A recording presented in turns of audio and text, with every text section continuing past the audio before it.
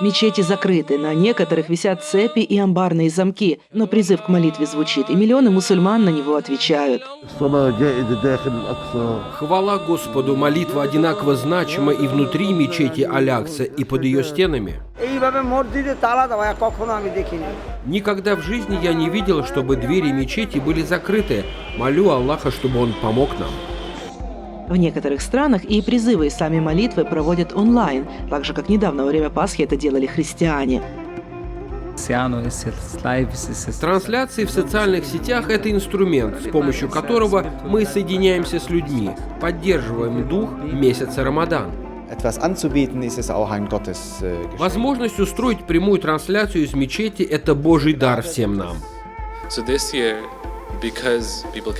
В этом году люди не могут прийти в мечеть, поэтому мы идем к ним, проводим онлайн-занятия, обсуждения, рассказываем о значении и важности Рамадана. Для всего этого идти в мечеть не обязательно. Рамадан – это месяц размышлений и самосовершенствования, но в то же время и длинный семейный праздник. В течение всего месяца мусульмане соблюдают дневной пост, чтобы после захода солнца собраться за столом вместе с родными и близкими.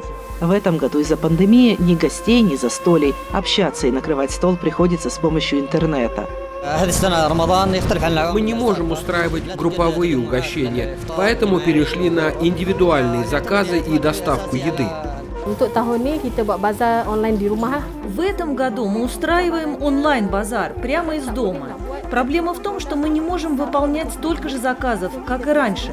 У нас просто не хватает рук, даже когда привлекаем всех родственников. По-новому в карантинном режиме выглядит и традиционная для Рамадана благотворительность. Угощения для нуждающихся упаковывают и раздают индивидуально. Еду семьям доставляют до квартир. Так мы избегаем скопления людей и бережем их чувство достоинства. Неизменной даже во время карантина остается новейшая из традиций Рамадана – сериалы. Мусульмане продолжают собираться у экранов, чтобы скоротать день и получить тему для разговора за вечерним столом.